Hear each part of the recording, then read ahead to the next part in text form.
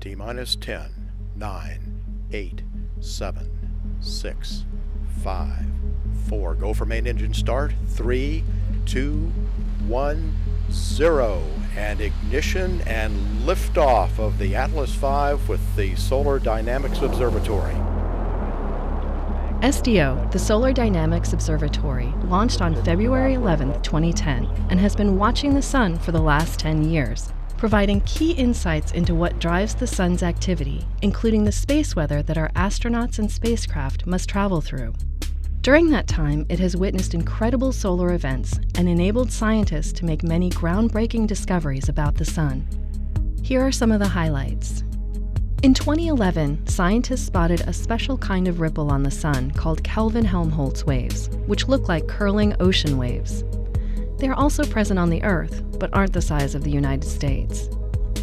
On June 7, 2011, SDO spotted a huge eruption of plasma on the sun. This was the first time such a large event had been captured in such fine detail.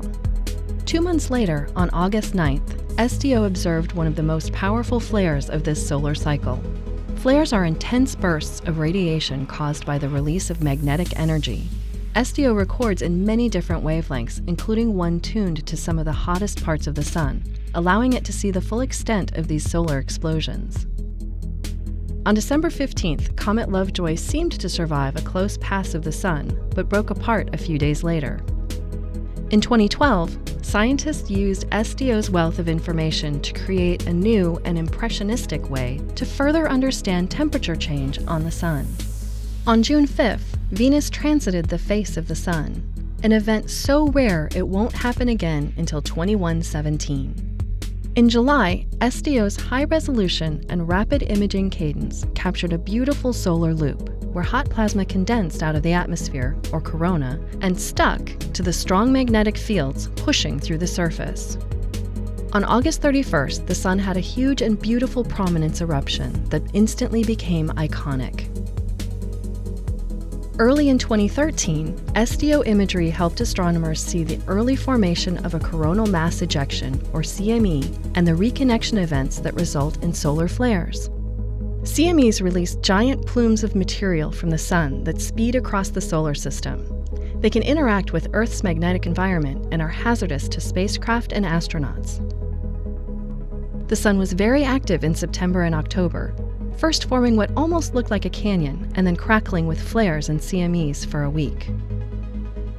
Comet Ison made its way around the sun on November 28th, Thanksgiving Day, but unlike Lovejoy, it broke apart immediately. The sun remained active in 2014, with many beautiful prominence eruptions and bright flares. SDO worked in tandem with the new satellite, IRIS, to help study these flashes. On December 19th, just in time for the holidays, the sun put on its final light show of the year. The sun has a cycle of activity lasting an average of 11 years, called the solar cycle. 2015 marked the beginning of the decrease in this cycle, with fewer flares and eruptions. On May 10, 2016, SDO saw another transit, this time from Mercury.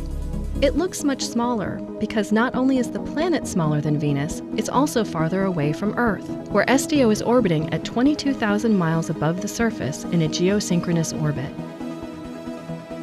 The solar cycle had its last gasp of activity in 2017. In July, a large sunspot made its way across the face as the sun rotated. Then in September, a final burst of flare activity, including the strongest flares since 2001, exploded off the sun. Since this activity, the sun has been pretty quiet, sinking into the lowest point of the solar activity cycle. Scientists were still able to go back through old SDO data and discover a new kind of explosion called forced magnetic reconnection.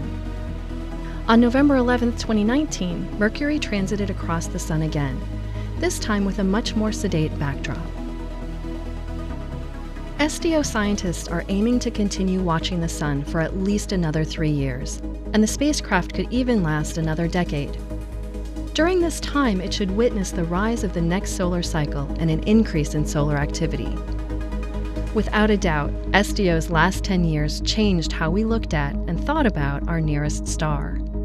Who knows what the next 10 might bring?